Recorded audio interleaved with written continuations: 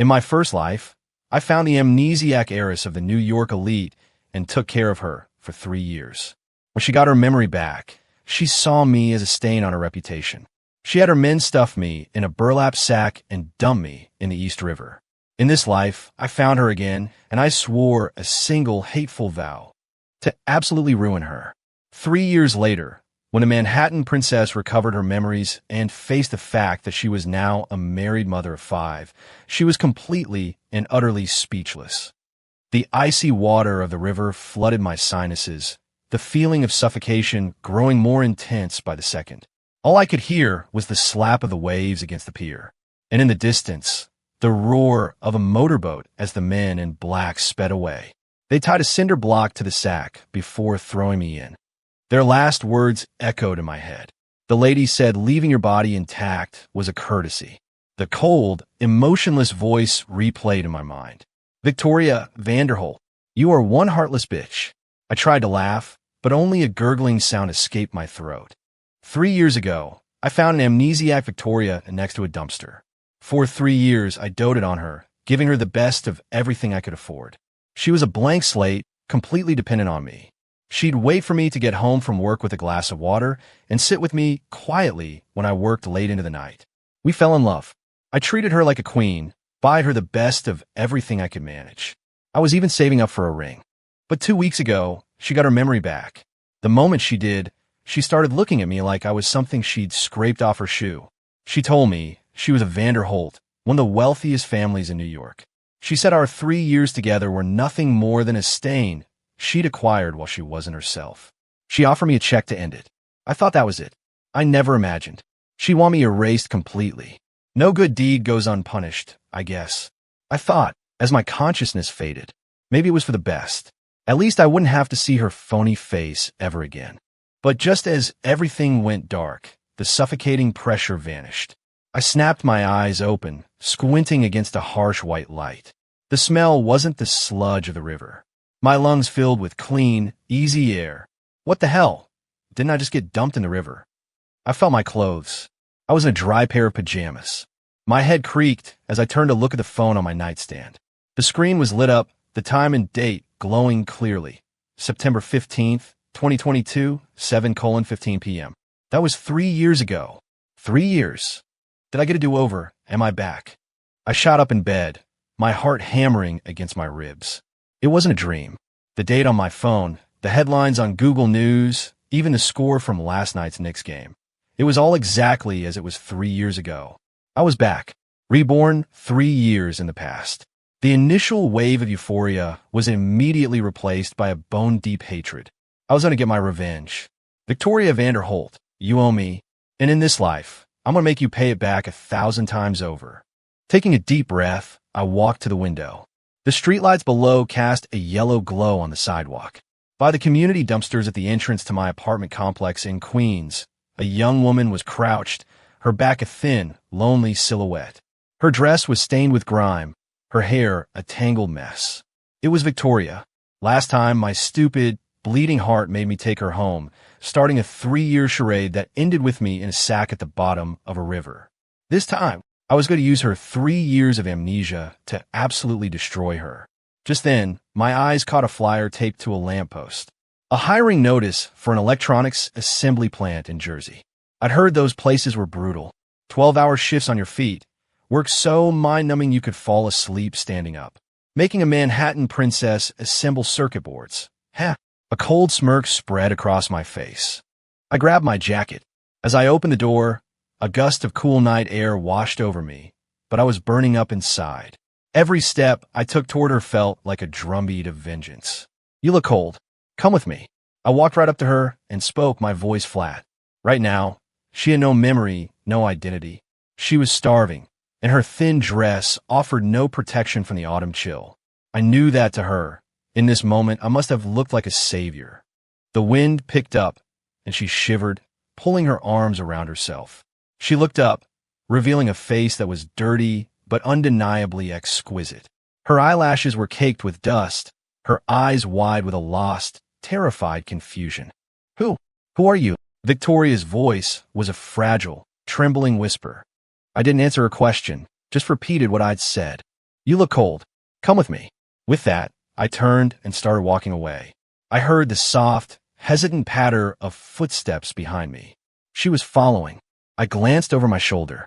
She looked like a stray kitten, cautiously accepting a lifeline. I unlocked the door to my apartment and pointed to the bathroom. Go get cleaned up. She hesitated for a second, then shuffled in that direction. Victoria looked like a wreck, the filth masking her stunning features. If she'd been clean, someone else would have scooped her up hours ago. I turned on a shower for her, setting the temperature, and tossed her a clean towel. There's plenty of hot water. Make sure you get all that grime off. I closed the door and went to the kitchen. I pulled a carton of eggs, some spinach, and a pack of instant ramen from the fridge. I cooked 2 simple bowls, topped them with a fried egg, and didn't even bother with green onions. In my first life, I'd cook her a feast, and in return, she called me a stain. This time, she could eat ramen. The sound of the shower stopped. Victoria emerged, her hair dripping wet, wearing an old t-shirt of mine that hung off her frame. Her eyes were shy and uncertain. Sit down. Eat. I motioned to the chair across from me. She immediately scurried over. The smell of the food made her swallow hard. She picked up the fork and started inhaling the noodles, wincing as she burned her tongue, but never stopping. She was clearly starving. I ate slowly, methodically, watching the face I had once loved to the point of obsession, the same face that had sent me to my death. Hatred grew inside me, like a thorny vine. When she finished, she looked at me, twisting her hands in her lap. Thank you. I wiped my mouth and leaned back in my chair. Do you want to stay? Because I don't run a charity here. Her face went pale. She clutched the hem of my shirt. I could do chores. I'll do anything. Chores? I laughed. A short, humorless sound. I stood up and walked over to her, looking down at her from my full height. Here's the deal. You'll be my woman. You'll sleep with me tonight. Her head shot up, her eyes wide with shock. What? What did you say? You heard me. I leaned in close, my voice low and menacing. Either you stay and be my woman, or you get out right now. She glanced at the door, then back at me. The fight in her eyes flickered and died, crushed by the weight of her reality. Okay, I'll do it. Her voice was choked with unshed tears. I grabbed her by the wrist and pulled her toward the bedroom. She stumbled, and a single tear escaped, splashing silently on the floor. Last time, I treated her like a priceless treasure, as if she were made of glass. But this time, the bedroom door clicked shut, the deadbolt sliding home with a final thunk. She looked like a lamb to the slaughter, but there wasn't a trace of warmth in my eyes. I knew her type. Victoria had never been with a man before. Tonight, she was going to learn what it felt like. For the first half of the night, the sounds of her crying never stopped, stifled, heartbroken sobs. She must have been in a lot of pain, her body trembling like a leaf, but she didn't even have the courage to cry out loud. I leaned against the headboard, watching her curled into a ball, her pale skin flushed an angry red. Got to admit, the trust fund princess was built. Even looking this pathetic, she was still alluring. Victoria Vanderholt, you think you're so high and mighty, don't you? I wonder what you'll think when you get your memory back and remember the humiliation of tonight. I couldn't wait to find out. I hated Victoria, but I wasn't a complete monster. The next day, she was so exhausted she couldn't get out of bed. You just rest up today, honey, I told her, kissing her forehead. I let her lay in bed all day. She just pouted, staring at me with those big, watery eyes as I left for work. That night, I came home, and we did it all over again. For the next week, she spent her nights trying to keep up with me, and with every passing day, she grew more attached, more dependent. After a week, she had her energy back. Her spirit seemed to have recovered. She even started initiating things herself. That's when I launched phase 2 of my revenge. Babe, things are really bad at my company, I told her one night, putting on my most dejected face. They haven't paid me in 3 months. Well, almost out of money. I think you're going to have to get a job, too. In reality, I was the top designer at my firm, a linchpin they couldn't afford to lose. I was making 6 figures and had over $300,000 in savings. I wasn't hurting for cash at all. I'd also started funneling my savings into crypto, remembering that in 3 years, certain coins are going to explode by thousands, even tens of thousands of %. In 3 years, I have more money than I could ever spend. But for now, I was playing the part of the struggling boyfriend, Also, I could degrade the amnesiac heiress sleeping in my bed. I was going to send her to a factory to learn what real, soul-crushing assembly line work felt like. Okay, I'll get a job. She agreed without a moment's hesitation. Then, a flicker of fear crossed her face. But I don't think I know how to do anything. Don't worry. Isul here. I already found a place for you. It's a factory nearby, not far from our apartment. It was a small workshop that produced electronic components. The work wasn't physically strenuous, but the hours were brutal. 2 rotating shifts, at least 12 hours a day. Well, will you come with me the first time? She asked, her voice small. I knew she was scared of new places, afraid to go alone. The next day, I took her to the electronics plant. The place was filled with blue-collar workers, hunched over a long, moving assembly line. Once the belt started moving, you didn't even have time for a sip of water. The job was simple, mounting tiny screws on his circuit boards. Perfect. I was thrilled. Victoria took her place at the assembly line and quickly got the hang of the repetitive motion. Work hard, sweetheart. I'll come pick you up this afternoon, I said. I had my own job to get to. After making sure she was settled, I turned to leave. I will. I'll make good money for us, she said, giving me a little fist pump, her face a mask of determined optimism. That afternoon, no, that evening, when Victoria finally clocked out, it was already 7:00 p.m. She was dragging her feet, her body screaming with exhaustion. But the second she walked out of the factory gate and saw me waiting, her eyes lit up. Honey, you came to get me. She rushed over, her face beaming. I pecked her on the forehead. Was it tough in there? She paused for a beat before answering. It's a little tiring, but as long as I get to see you when I'm done, it doesn't feel tiring at all. I laughed to myself. She was so drunk on this illusion of love that her common sense had completely checked out, which was just fine by me. How else was I going to torture her? I took her to get burgers and fried chicken.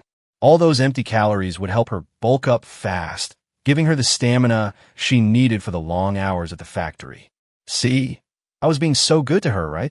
Of course, I had another motive for feeding her junk food. The real Victoria was obsessively vain about her appearance. When she woke up in 3 years and saw her new, stronger body, she would absolutely lose her mind. I couldn't stop the grin from spreading across my face as I imagined her staring at her reflection in disgust. When we got home, we went through our usual nightly routine. She was dead tired after a full day of work, but she still forced herself to keep up with me, finally collapsing into a heap on the bed, too exhausted to move a muscle. Hith. Tired, good. That's the point. And so it began. The once great Manhattan heiress started her new life, screwing tiny components on his circuit boards, day in and day out. After a shift, I'd pick her up and take her for greasy, high-calorie meals. At night, I'd pull her into bed for more exercise. Days bled into weeks. Buoyed by my love and support, she managed to survive 2 weeks at the factory. But one day, she came out looking pale and upset. Honey, could you help me find a different job? It seemed her career as a screw-turner was losing its appeal. I gently stroked her hair. What's wrong? She hesitated, then mumbled, the line supervisor. He tried to touch me. I told him to stop, and now he's always giving me a hard time. A surge of anger shot through me. That bastard. He was going to ruin my plan. Just stick it out for a couple more days. I'll figure something out. Okay. I calmed her down and told her to hang in there. For the next 3 days, I spent all my free time staking out that supervisor. It didn't take long to discover he was juggling affairs with 3 or 4 different women from the factory. I watched as one of them slipped into his car after work. The car started shaking. I just smirked and hit record on my phone. That night, I sent the video to the woman's husband. The next day, the husband and a few of his buddies showed up at the factory and beat the supervisor to a pulp. When the factory owner found out why, he fired the supervisor on the spot. When I picked Victoria up from work, she was beaming, clinging to my arm. Ethan, you won't believe it. The supervisor who kept trying to hit on me got fired. And somebody beat him up today. Apparently, he was cheating on his wife. Seeing her so relieved, I just smiled, a silent, anonymous hero. 4. The Children of Vengeance. A few weeks later, Victoria fainted on the assembly line and was rushed to a nearby clinic. I hurried over, and the doctor told me she was pregnant. Over a month along, with twins. In our first life, I'd been careful with her, always using protection. She'd never gotten pregnant. This time, I hadn't bothered. Doing the math, I realized the babies must have been conceived that very first night. I thought about it for a long time before making a decision. She was going to have them. When the great Miss Van der Hoel finally got her memory back and discovered she had kids with me, twins, no less, the look on her face, just imagining it was thrilling. Sarah. Victoria was resting in the clinic bed. I called her name softly. Sarah Miller. That's the name I gave her this time around. I'd even pulled some strings to get her a new social security number and ID. It's twins, I said, looking into her eyes with all the fake adoration I could muster. I want to keep them. They're a symbol of our love. If you want them, then we'll keep them, she replied, almost without hesitation.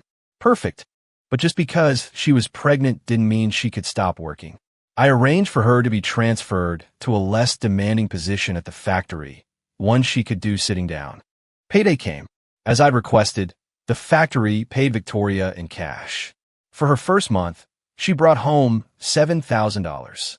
Back at our apartment, she pulled the envelope out of her purse, took out a thick stack of crisp $100 bills, and presented it to me like a trophy. Honey, this is my first paycheck. It's for you.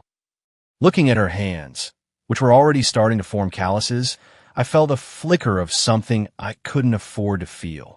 Pity. I quickly crushed it. I took a 50 from the stack and pushed it back in her hand. You keep this. Buy yourself some nice face cream. Thank you, honey. She clutched the $50 bill as if I'd just handed her a winning lottery ticket, her face breaking into a radiant smile. Later, she came home from the drugstore with a $10 jar of lotion and stood in front of the mirror, happily dabbing it on her face. Watching her, I almost burst out laughing. Victoria, oh Victoria, I bet you've never used a $10 skincare product in your entire life. Have you? Last time, you said I was your stain. This time, I'm going to make sure that stain is permanent. My goal was to ruin her so completely that by the time she remembered who she was, her past 3 years would be a source of unending shame. To make the births legitimate, we went to the courthouse and got a marriage license. We even had a small wedding reception. Of course, everything was done on the cheap. On our wedding day, Victoria was already starting to show. She stood there in a shabby, rented wedding dress, looking at me with eyes full of pure, unadulterated love. It was so ridiculous I almost laughed out loud. Ethan, I'm so happy to spend the rest of my life with you. Through thick and thin, till death do us part. Her eyes were practically sparkling. Yeah, I nodded, pulling her into a hug. Thick and thin, till death do us part. But in my head I was sneering, this poisonous woman? Share a real life with me. As if, by her 7th month, Victoria was too big to work anymore, so she stayed home to focus on the pregnancy. She developed a habit of gently stroking her round belly, humming and murmuring sweet nothings. Daniel, Sophie, you two grow big and strong in there. Just 3 more months, and you'll get to meet your mommy and daddy. For a fleeting second, I felt a pang of doubt. Was what I was doing really right? But then I remembered the suffocating darkness of the river, the feeling of my lungs burning for air, and my resolve hardened like steel. I was going to tarnish her. I was going to make her so unrecognizable that she would despise the person she had become. By the 10th month, her stomach was enormous, like she'd strapped a giant watermelon to her front. Sometimes you could see the babies kicking and stretching inside. Ethan, look, they're kicking me, Victoria would call out, her face glowing with that same sickly sweet smile. But I knew the truth. This sweet little domestic scene was nothing but a fragile illusion. Soon after, our children were born, a boy and a girl. Both were healthy and chubby-cheeked, unbearably cute. I named the boy Daniel, hoping he would grow up to be a good, honorable man. The girl we named Sophie, for wisdom. Daniel, Sophie, be good now. Looking at the 2 tiny, squirming bundles in the bassinet, it wasn't just Victoria. Even I almost got lost in the warmth of the moment. But reality came crashing back down like a bucket of ice water.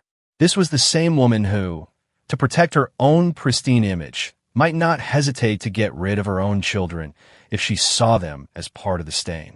For their sake, and for my own, I had to be smarter. I had to make sure my plan was foolproof. Time flew by. Another 7 or 8 months passed. My mom came up from her home in Florida, to help with the babies. Victoria had weaned the twins, and with her hands suddenly free, she started talking about going back to work at the factory. "Honey, now that your mom is here to help, I want to go back to work. If we both save up, we could buy a house sooner." She had completely bought into our shared life of poverty. Buying a house had become her obsession. I desperately wanted to tell her that she, the real her, probably owned at least 100 properties, if not more. But of course, that was Victoria Vanderholt, not Sarah Miller. The truth was, I'd already bought a spacious condo with my crypto earnings, but I didn't want to move yet. Estain belongs in a cheap rental apartment in Queens. For the last half year, I hadn't been pushing her as hard. Frankly, just nursing 2 babies was enough to keep her exhausted. Okay, if you want to go, then go. If she wanted to go back to assembling electronics, who was I to stop her? What I didn't expect was for her to actually be good at it. Less than 2 weeks after she went back, Victoria got promoted to line supervisor. "Honey, I'm a supervisor now. I got a raise to $10,000 a month." Seeing her so proud and happy, I felt a surge of annoyance. I sent her there to suffer, not to climb the corporate ladder. How did she manage to become a manager? I couldn't exactly forbid her from taking the promotion, but there were other ways. I started keeping her up every night. It didn't take long. Within a couple of weeks, she was pregnant again. Snap, triplets. We both stared at the ultrasound scan, dumbfounded. I never would have guessed that together we were this prolific. First twins, now triplets. That made a grand total of 5 kids. And then I thought, 5 kids. That's perfect. When Victoria finally gets her memory back and realizes she's given me 5 children, that the stain is so deep it can never be washed away, isn't she just going to die from rage? Haha. I could barely contain my glee. "Honey, I really want to work hard and save for a house," Victoria said to me, her voice soft and hesitant. The unspoken message was clear. She didn't want these 3 babies. Not a chance. "More kids means more blessings," I told her smoothly. "And don't worry about the house. I actually already bought one. I was going to surprise you." Her eyebrows shot up, a flicker of joy on her face that was quickly replaced by worry. "But with our income, can we really afford to raise 5 children?" She was still worried about money. "Relax," I reassured her. "I'm doing really well at work. I got a big raise, and I get to share the profits now. I should clear over $1 million this year.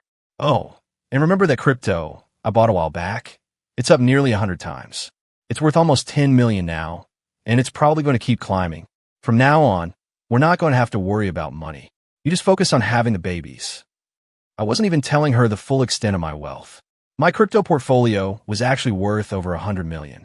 In a couple of years, it would likely be worth billions. One thing I said was true, though. We would never have to worry about money again. And really, compared to any other form of torment, making Victoria Vanderholt the mother of my 5 children was the most perfect punishment I could have ever devised. I couldn't wait to see her face when she woke up and found herself tied to 5 little burdens. But, we already have 2 babies. Adding 3 more. It just feels like too much. Even with amnesia, her mind was still sharp. Faced with my demand that she have the triplets, she was clearly hesitant. In this day and age, most people thought twice about having a second kid, let alone adding 3 more when you already had 2. I thought for a moment, then pulled out a debit card. I loaded it with $500,000. I slapped the card down on the table in front of her. "There's $500,000 on this card. If you agree to have the babies, I'll give you the PIN." $500,000. In her current state of mind, that was an unimaginable fortune. Her entire body froze. A split second later, her hand shot out and snatched the card off the table, clutching it in a death grip. "The PIN. Tell me the PIN." Clearly, for $500,000, she was willing to have the triplets. She had no idea that in her former life, a single piece of her jewelry was worth more than that. And now, here she was, the amnesiac heiress, willing to sell her body for 3 more children for some that was, to her real self, pocket change. I told her the PIN, and her face lit up with pure joy. And me, I was so happy I could barely keep from laughing. This was a win-win. We'd been through a twin pregnancy before, so triplets weren't that much harder. In fact, Victoria, with her triplet-sized belly, managed to keep working at the factory for another 4 or 5 months. It got to the point where the factory owner called me, practically begging me to make her stay home. He was terrified she'd go into labor on the assembly line and he'd be liable. I couldn't be careless either. Those are my 3 kids in there. By the 5th month, I put my foot down. No more factory work. That's it. You're staying home and resting. No more work. Before, I was tormenting her for revenge. Now, I was protecting my investment, my 3 children. Okay, I won't go. Happy. Victoria reluctantly agreed to stay home. In the blink of an eye, it was the 10th month, the day she went into labor. The doctors recommended a C-section, saying it was safer for triplets. I agreed. The 3 babies came out quickly. 2 boys and a girl, all screaming their heads off in the delivery room. When one cried, the other 2 would join in, creating a deafening, chaotic chorus. And it was on that day that the proud, arrogant Victoria Vanderholt, the one who saw me as a stain, decided to make her return. Wait, my name isn't Sarah. I'm Victoria Vanderholt. After a wave of intense dizziness, she remembered everything. When she looked up at me again, her expression was complicated. I knew in an instant. She was back. What I didn't expect was that she hadn't just remembered her old life. She'd remembered her past life, too. She stared at me for a long moment. Then her brow furrowed. You were certainly busy this time around, weren't you? She said, her voice dripping with ice. Not only did you send me to work in a factory, but you made me have 5 children for you. What do you think I am? Some kind of baby factory? The moment I heard that, I knew. She remembered the first life, too. She was reborn, just like me. Perfect. Now we could finally settle the score. Victoria Vanderholt, I never thought someone like you would get a second chance. Just moments ago, we were a loving couple. Now we were enemies, staring each other down. Someone like me. Victoria muttered the words, looking down at her own fleshy, swollen hands, then seeming to register her puffy, overweight body for the first time. Her face grew darker with every passing second. What do you know? And look what you've done to me. You've ruined me. I look like a monster. Her face was twitching, on the verge of a complete breakdown. Ha. I was laughing on the inside, and I didn't bother to hide the triumphant smirk on my face. This was what I'd been waiting for. I decided to twist the knife. Now, Victoria, don't get so worked up. You're the mother of my 5 children, after all. Besides, you just had a C-section. You don't want to pop your stitches. The mention of her 5 children seemed to snap her back into focus. She glared at me, her eyes filled with murderous intent. You got a lot of nerve. Just you wait. I will make you pay for this. Just wait. She was the same as last time. The second things didn't go her way, she turned vicious. But this time, I was ready for her. Good. I'll be waiting. I spat back. We locked eyes, both of us practically breathing fire.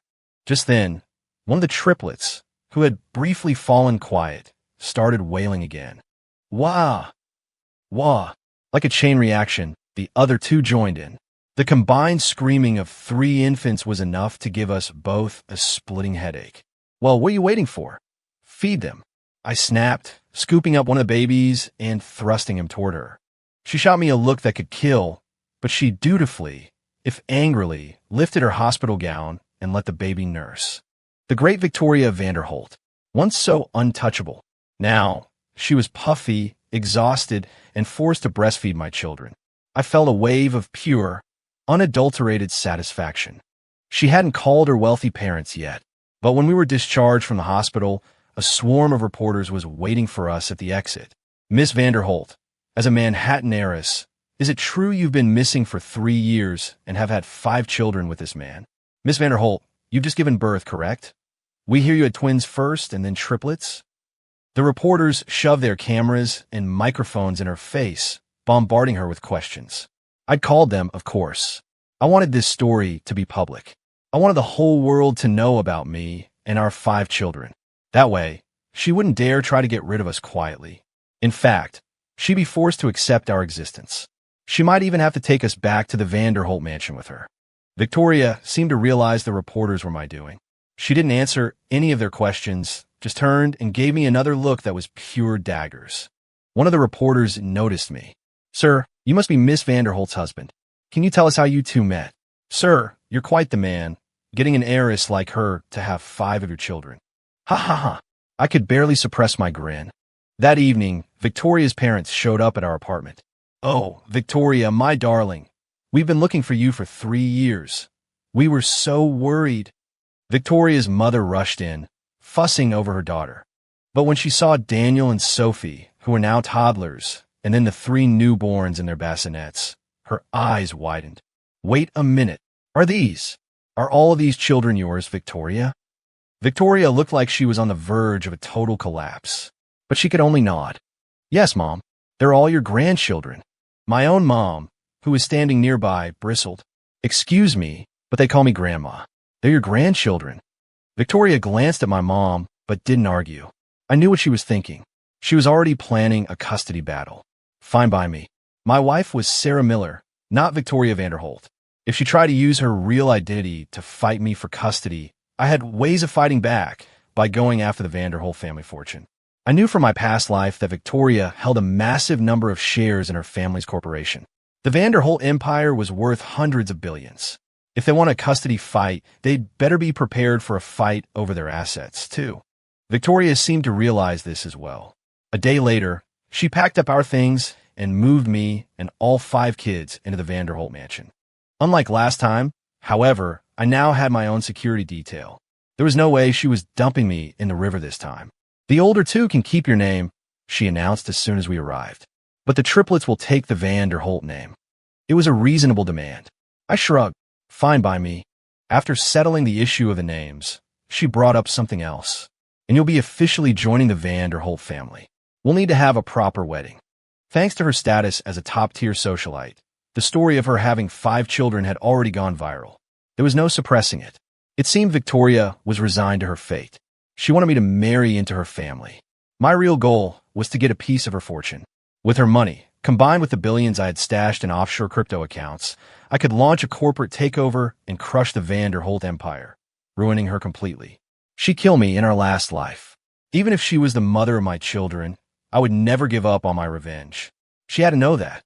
So why was she asking me to marry into her family? "Victoria, don't tell me you've forgotten how I died in our last life." I decided to call her bluff.